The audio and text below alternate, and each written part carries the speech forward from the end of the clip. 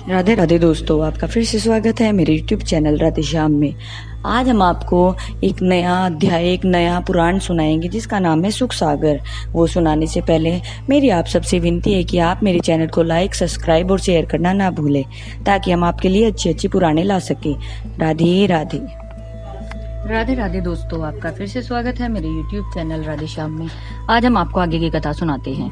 स्त्री रूप सुधुम जब दूसरे वन में पहुंचा तो उसने महाचंद्रमा के पुत्र बुध को तप करते हुए देखा। तत्पश्चात जब उनकी आंखें चार हुई तो उन्होंने अपना गंधर्व विवाह कर लिया।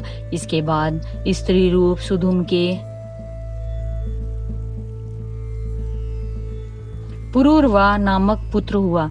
इस रूप में जब सुधुम को काफी समय व्यतीत हो गया तो स्त्री रूप सुधुम ने गुरु वशिष्ठ का ध्यान कर कहा, हे गुरुदेव, आप कृपया कर मुझे फिर से पुरुष बना दीजिए।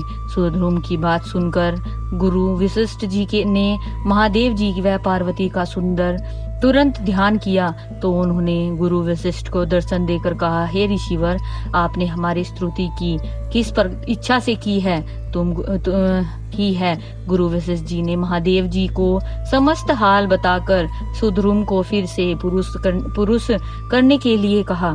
गुरु वशिष्ठ जी की बात सुनकर महादेव जी बोले, हे ऋषिवर, सुधुम अब सदैव के लिए पुरुष नहीं हो सकता, लेकिन अब 1 महीने स्त्री तथा फिर 1 महीने पुरुष बनकर रह सकता है।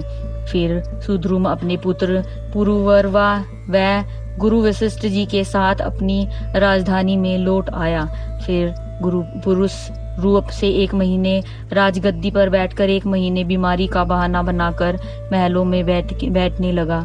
हे राजा परीक्षित, इसके पश्चात उस पुरुष रूप सुधुम के ने अपनी स्त्री से 3 पुत्र उत्पन्न हुए।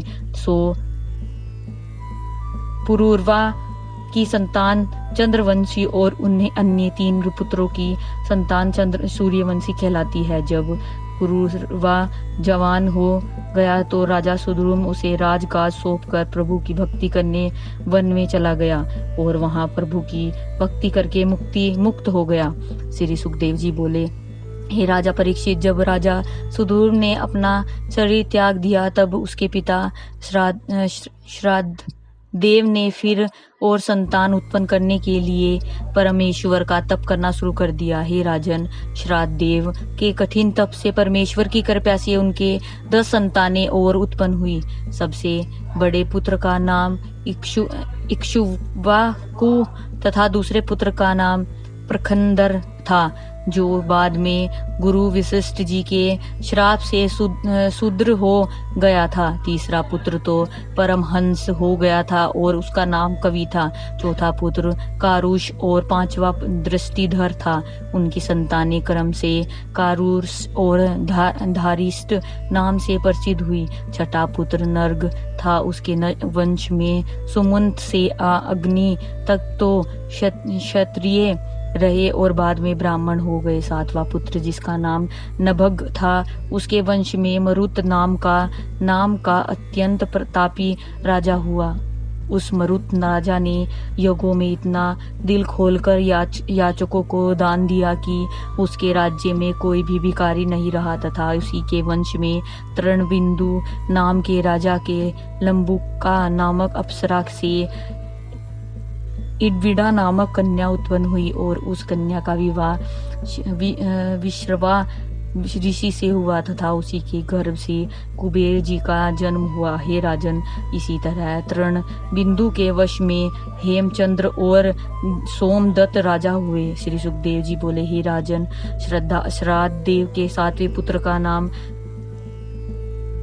शरियाती था। उसके बहुत ही सुंदर कन्या थी जिसका नाम सुकन्या था। शरियाती न अपनी पुत्री सुकन्या से बहुत ही प्रेम करता था तथा वह उसे एक क्षण भी अपने से अलग नहीं होने देता था। एक दिन की बात है जब कि राजा शरियाती अपनी रानी और प्रिय सुपुत्री सुकन्या के साथ अहेर खेलने एक वन में चले गए।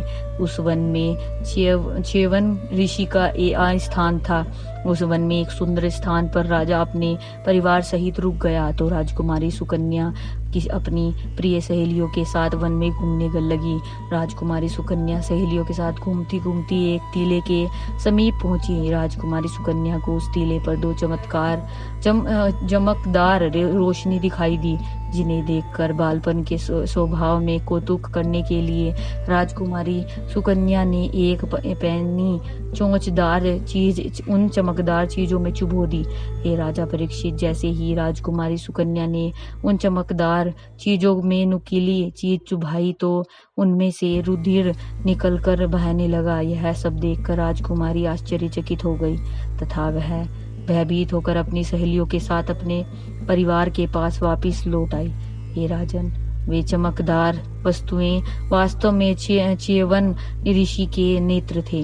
राजकुमारी सुकन्या द्वारा अज्ञानतावश च्यवन ऋषि के नेत्र फोड़े जाने पर परमेश्वर की इच्छा से राजा सरियाती के सिपाही, घोड़े, हाथी और अन्य समस्त जीवधारियों का मलमूत्र बंद होकर पेट में भयंकर दर्द उत्पन्न हो गया। राजा शरियाती सबका यह हाल देखकर आश्चर्यचकित रह गया।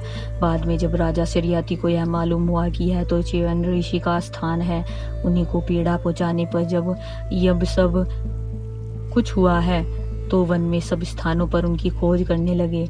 जब समस्त स्थानों पर ढूंढने पर भी उनका पता नहीं चला तो राजा शरियाती चिंतित होकर वापस लौटने लगे। अचानक राजा शरियाती को एक टीला दिखाई दिया जिसमें से रुधिर बह रहा था। वह देखकर राजा शरियाती ने सोचा कि यह टीला नहीं, च्यवन ऋषि का शरीर है, जो काफी समय से समाधिरत रहने के कारण एक मिट्टी का ढेर बन गया है और जिनमें से यह रुधिर बह रहा है। यह आश्चर्य की बात अवश्य ही च्यवन ऋषि की आंखें हैं। फिर राजा शरियाती ने जैसे ही अपराधी के विषय में पूछना आरंभ किया तो राजकुमारी सुकन्या अपने पिता राजा च्यवन के पास आकर सिसकती हुई बोली, हे पिताश्री, मुझसे यह अपराध अनजाने में हो गया है। राजकुमारी सुकन्या के मुख से यह बात सुनकर राजा शरियाती उदास हो गए और फिर वह च्यवन ऋषि की समाधि के पास जाकर जोर जोर से उनका नाम पुकार कर उनकी स्तुति करने लगे। राजा शरियाती की स्तुति करने और शरीर से मिट्टी हटाने पर ऋषि ने समाधि खोली और बोले, आज की कथा में समाप्त करते हैं, आगे की कथा आपको कल सुनाएंगे। राधे राधे राधे राधे राधे राधे। जय श्री कृष्ण, जय श्री कृष्ण, जय श्री कृष्ण। अगर आपको मेरी वीडियो अच्छी लगी तो बेल आइकन दबाना ना भूलें ताकि आपको मेरे आने वाली वीडियोस का नोटिफिकेशन मिलता रहे। धन्यवाद। ओम नमः शिवाय।